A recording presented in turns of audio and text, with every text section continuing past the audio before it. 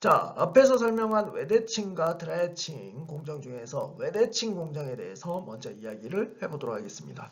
자, 외대칭 공정은 간단하게 아까 앞에 설명들을 종합해보면 화학 용액을 이용해서 어떤 방막 또는 재료를 떼어내서 제거하는 공정이라고 생각을 할 수가 있죠.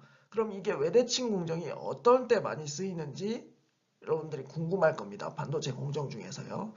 자, 그게 어디에 쓰이는지 한번 먼저 알아보도록 하겠습니다. 자, 여기 설명이 있는데 첫 번째 설명이 있죠. 습식식각 에천트는 평평하고 결함이 없는 표면을 만들기 위한 폴리싱과 랩핑 공정에 사용한다라고 되어 있죠. 자, 랩핑 공정은 웨이퍼에서 어떤 단차들이 존재할 때 이 단차를 제거하고 평평하게 만들어주는 공정이라고 생각을 하면 됩니다.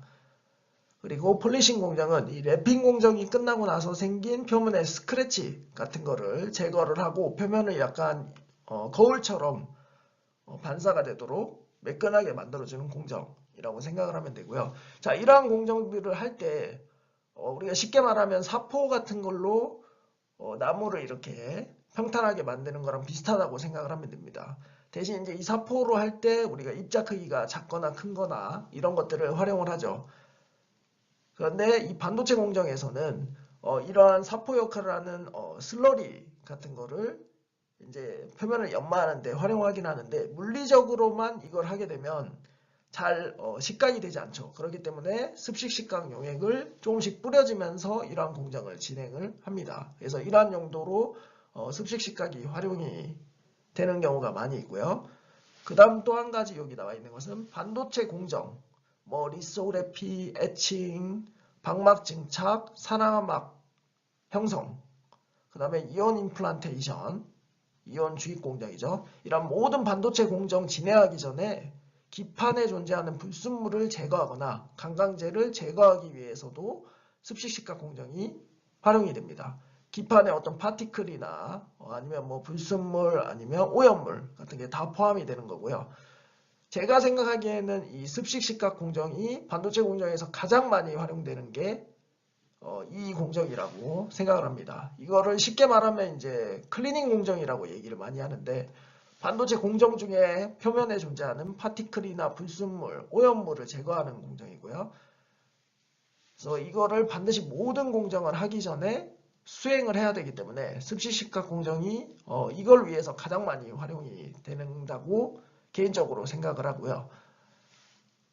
그리고 우리가 일반적으로 그냥 공기 중에 웨이퍼를 놔두게 되면 자연 산화막이 생깁니다. SiO2층이 표면에 생기죠. 근데 우리가 이제 산화막 형성 공정이라든지 방막 증착 공정을 하기 전에는 이러한 자연 산화막이 필요 없을 경우가 있죠.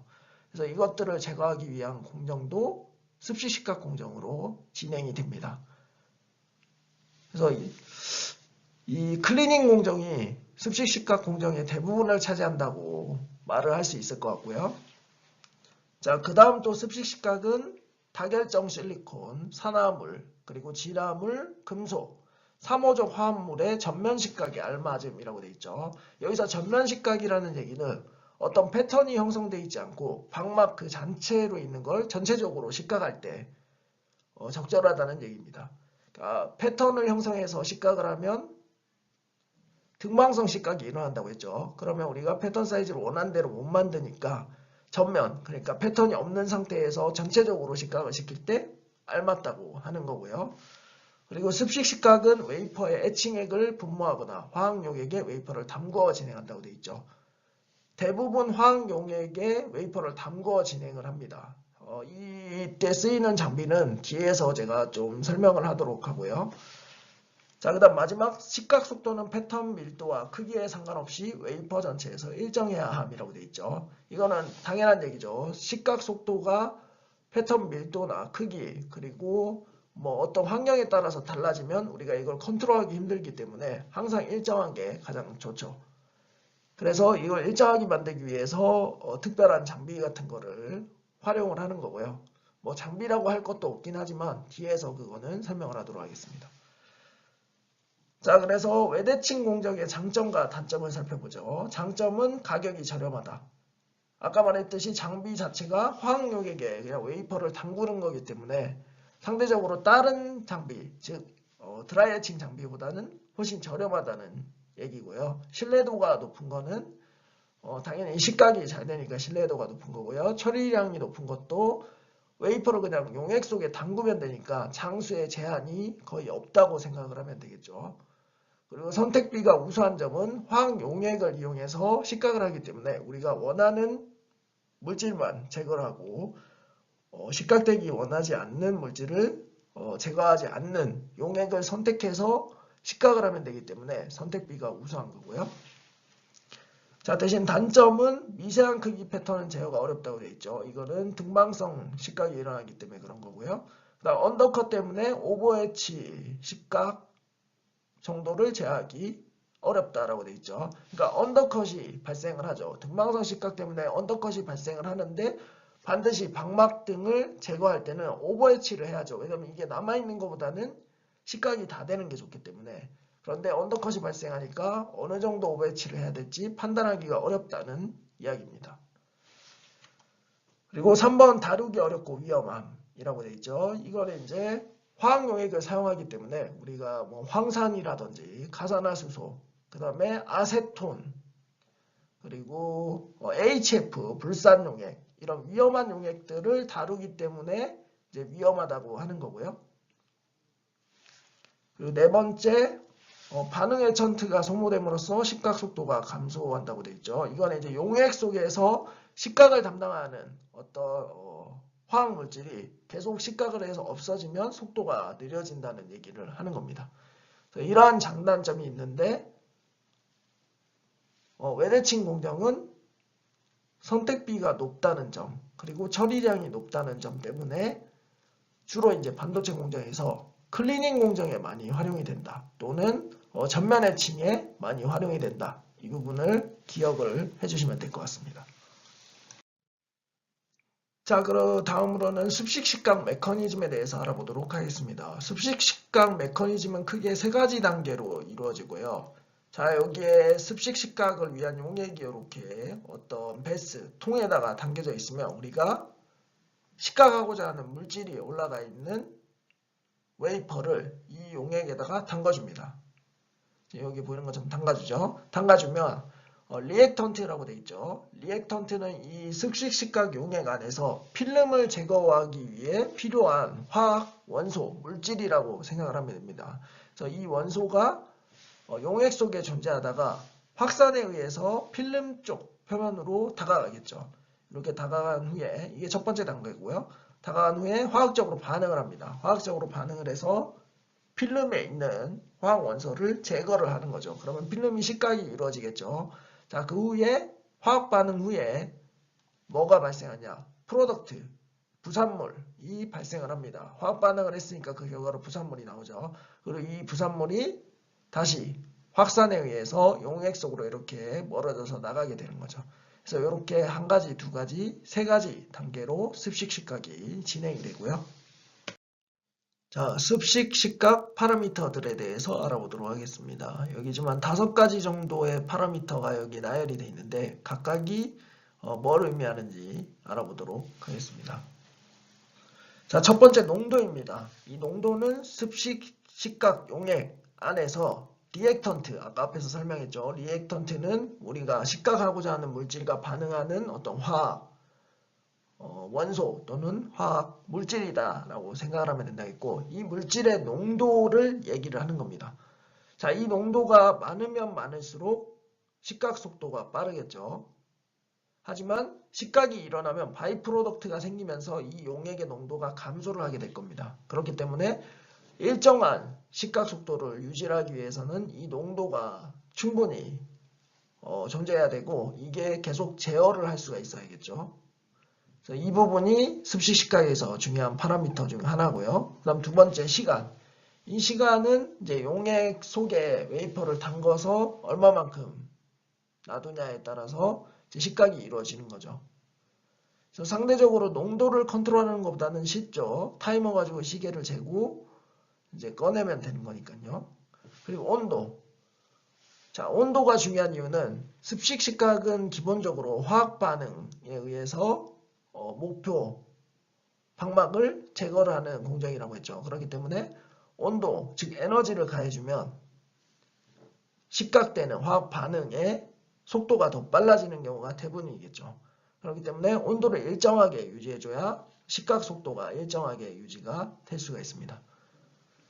그래서 이 온도를 컨트롤하는 것도 농도를 컨트롤하는 것보다는 상대적으로 쉽죠. 그래서 여기 지금 상대적으로 쉽다고 되어 있는 거고요. 그다음 마지막으로 교반이라고 되어 있죠.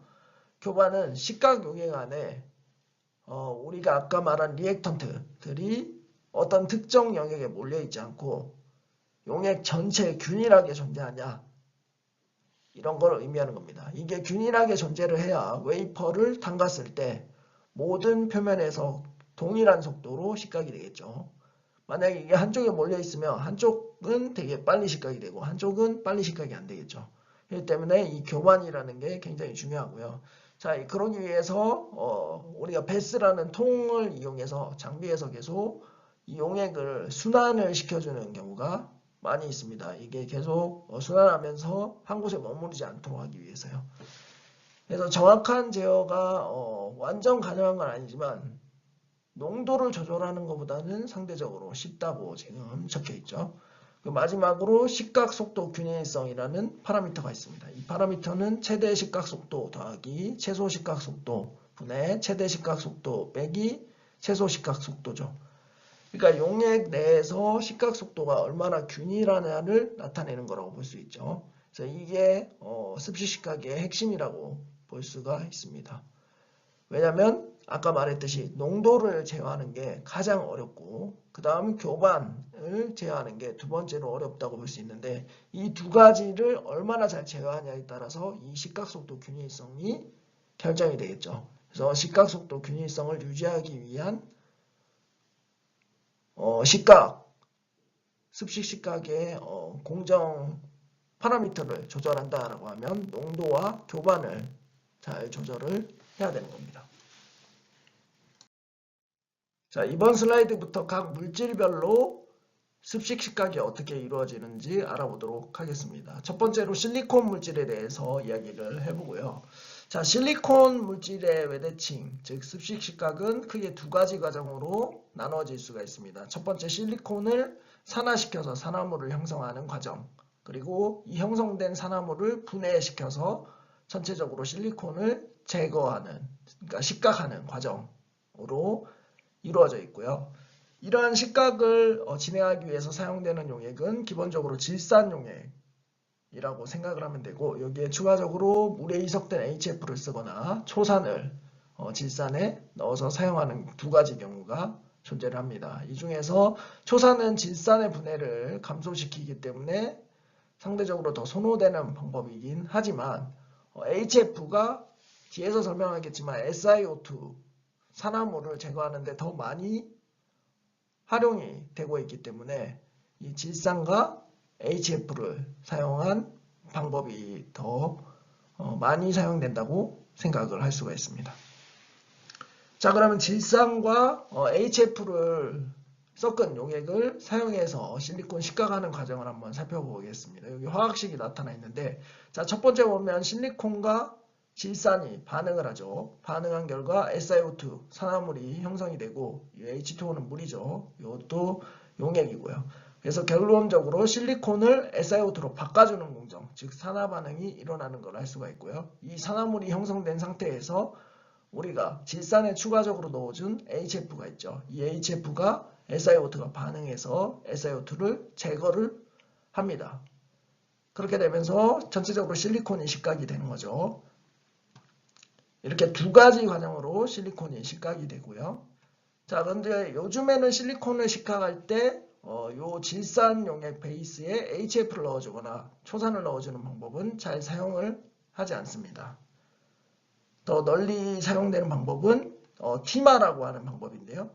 여기 지금 적혀있죠. 티마.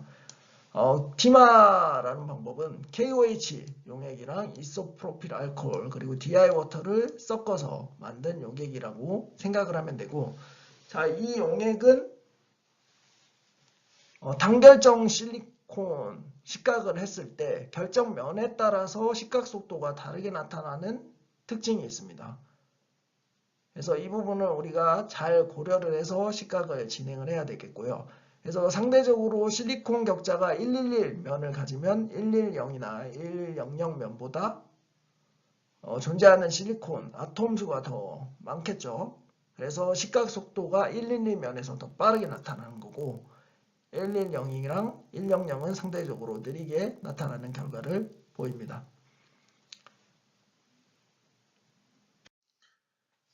자, 이 티마를 활용한 실리콘 식각 방법은 실리콘의 결정 방향에 따라서 식각되는 특성이 다르게 나타납니다. 여기 왼쪽에 그림 A를 보시면 자, 이 실리콘 기판 같은 경우는 여기 보는 것처럼 100 방향의 실리콘의 방향성을 가지는 기판입니다. 이럴 경우 습식 식각을 진행했을 때 식각되는 패턴 사이즈가 작을 경우에는 이렇게 보시는 것처럼 54.7도의 각을 이루면서 식각이 이루어지는 걸 확인을 할 수가 있고요. 이 각도는 딱 정해져서 계속 재현성 있게 관찰이 되고요. 만약에 패턴 사이즈가 넓으면 이렇게 이제 V 쉐입은 아니고 약간 사다리꼴 형태로 식각이 이루어지고 이때 요 각도는 얼마일까요? 자, 54.7도입니다. 똑같이 54.7도로 식각이 되는데 이쪽에 지금 식각되지 않은 면이 남아있기 때문에 사다리꼴 형태로 관찰이 되는 거고요. 자, 만약에 110 방향의 실리콘을 식각에 사용한다라고 가정을 하면 자, 티마 용액에서 이 110 방향의 실리콘 방향성을 가지는 기판은 이렇게 수직하게 식각되는 경향성을 보입니다. 이 티마 용액은 좀 특별하게 이렇게 방향성을 가지면서 특정한 각도로 식각이 되는 걸 확인할 수가 있죠.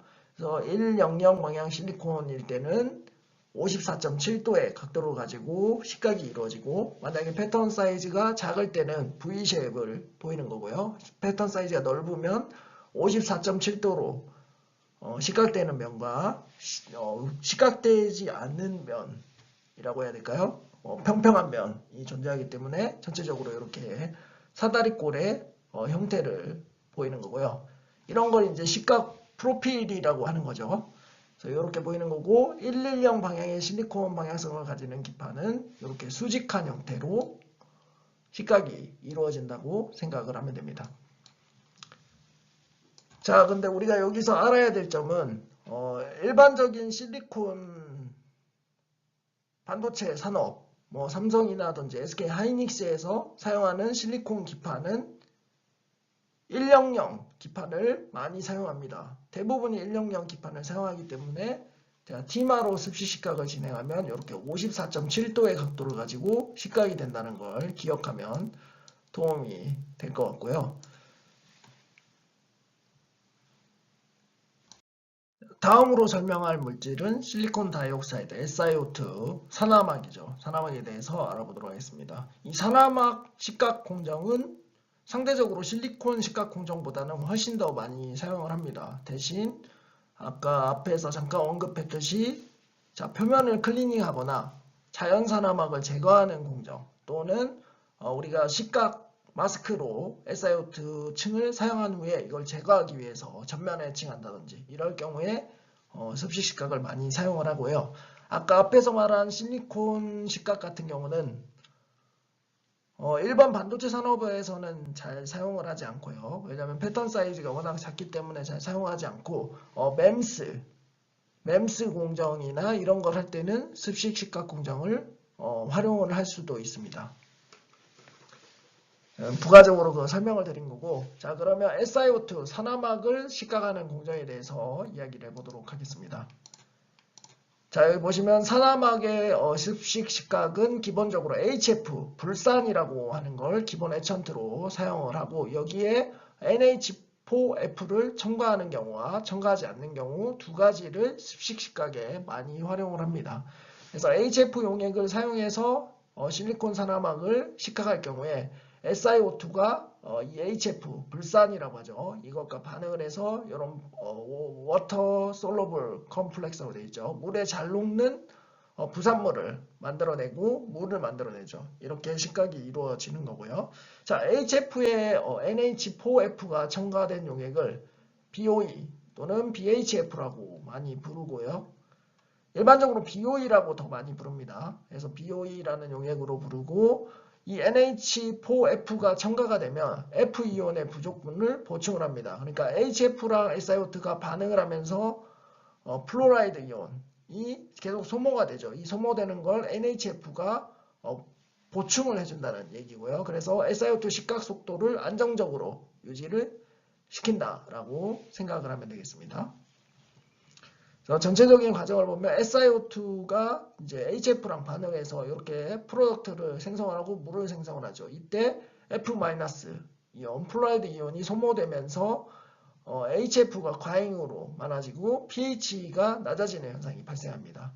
이때 NH4F가 NH3와 HF로 나눠지면서 다시 F 이온을 형성을 해서 SiO2가 안정적으로 식각되도록 도와주고 pH 농도도 일정하게 유지를 시켜줍니다. pH 농도를 일정하게 유지시켜주는 건 NH4F가 이렇게 NH3 그리고 HF로 나눠질 때 여기에 과잉 H 플러스 이온들이 여기에 합쳐져서 용액을 형성하는 경우도 많기 때문입니다. 예를 들어서 여기 NH3가 NH4가 되는 경우도 있고 이렇게 된다는 거죠. 그래서 pH를 일정하게 유지를 시켜주고 이 HF도 많이 만들어내서 식각 속도가 안정적으로 일어나도록 만들어줍니다. 자, 우리가 그러면 일반적으로 봤을 때 HF를 사용하는 거랑 BOE를 사용하는 거랑 어떤 게 SiO2 식각 속도가 빠를까요? BOE가 훨씬 더 빠릅니다. BOE가 훨씬 더 빠르고요. HF보다는 BOE가 SiO2를 식각하는 속도가 훨씬 빠르다는 걸 기억을 하시면 되겠고, 자, 그 다음 나와 있는 게 SiO2의 식각 속도가 SiO2의 특성에 영향을 받는다고 되어 있습니다. SiO2의 특성이라는 거는 density라든지 porosity 그리고 impurity가 들어있냐 안 들어있냐에 따라 달라진다는 거고요. 가까이 대해서 얘기를 해보면 자, density라는 거는 우리가 아직 배우지 않았지만 서멀 옥시데이션으로 증착을 했느냐 아니면 CVD로 증착했느냐에 따라서 다른 특성이 나올 수가 있는데 자, CVD로 증착한 SiO2는 상대적으로 열적으로 생성한 SiO2보다 density가 좀 떨어져서 식각 속도가 훨씬 더 빠르게 됩니다. 그리고 porosity라고 하는 거는 SiO2 표면에 어떤 구멍이라고 해야 될까요? 그런 것들이 존재하는 비율이라고 볼 수 있는데 이게 많으면 많을수록 식각이 빨라지겠죠. 그리고 impurity가 들어있냐 없냐는 이제 당연히 impurity가 들어있는 경우가 더 빨리 산화막이 더 빨리 식각이 이루어지겠죠. 그래서 이렇게 우리가 SiO2가 특성에 따라서 속도가 어떻게 변할 거라는 걸 예측을 할 수 있으면 좋겠죠. 이러한 특성들을 기억하시면 공정하는 데 좀 도움이 될 수가 있고요. 자, 다음으로 실리콘 나이트라이드와 알루미늄 식각하는 방법에 대해서 알아보도록 하겠습니다. 실리콘 나이트라이드는 실리콘 지라막이라고 하고요. 화학기호로는 Si3M4로 알려져 있습니다. 이 실리콘 지라막은 여기에 나와 있는 것처럼 실온, 상온이죠. 상온에서 고농도 HF 또는 BOE로 식각을 하거나 끓는 인산용액으로 식각을 할 수 있다고 돼 있죠. 자, 이 방법들 중에서 고농도 HF 또는 BOE를 활용한 식각 방법은 잘 활용을 하지 않습니다. 그 이유는 아까 앞에서 고농도 HF랑 BOE가 산화막, 실리콘 산화막, SiO2도 식각을 잘 시킨다고 했죠. 그렇기 때문에 이 실리콘 지라막은 SiO2랑 같이 식각이 이루어지겠죠. 이 고농도 HF랑 BOE에서. 다르게 말하면 식각 선택도가 굉장히 나빠진다는 얘기입니다. 그렇기 때문에 고농도 HF나 BOE를 이용한 실리콘 지라막 식각은 잘 활용을 하지 않고요. 왜냐하면 대부분의 경우에 실리콘 지라막은 식각되기를 원하면서 SiO2는 식각되지 않기를 원하기 때문에 그런 거고, 만약에 이걸 둘 다 날리고 싶다라고 하면 고농도 HF나 BOE를 사용해도 무관하겠죠.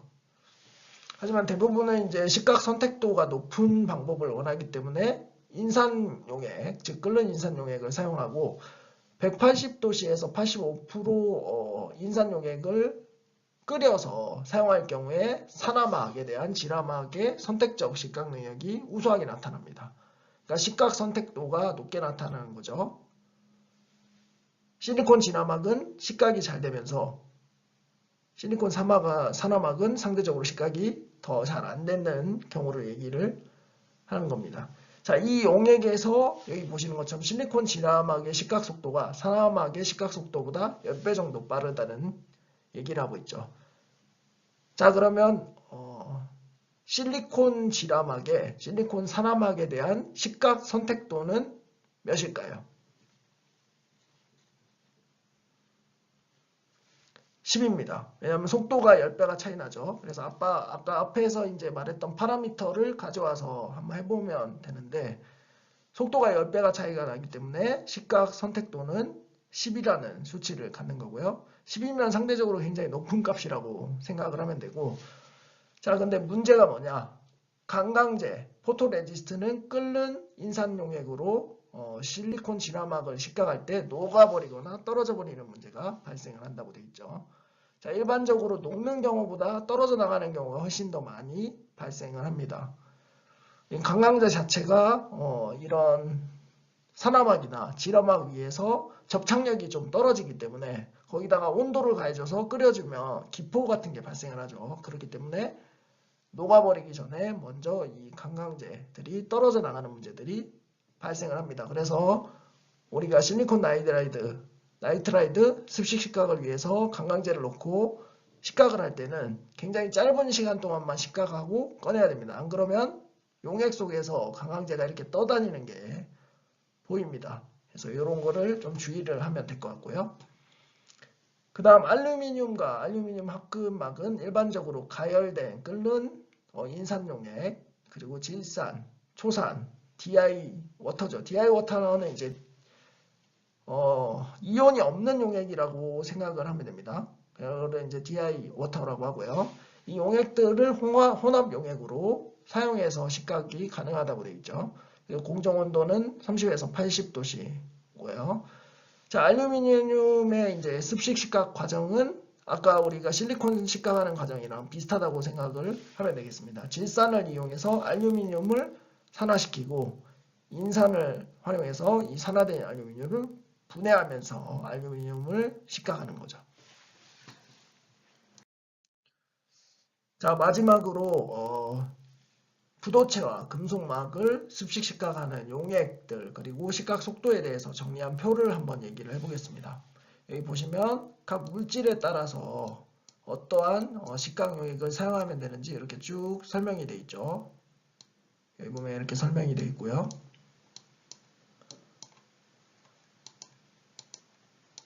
식각 속도도 이렇게 나와 있는 걸 확인할 수가 있습니다.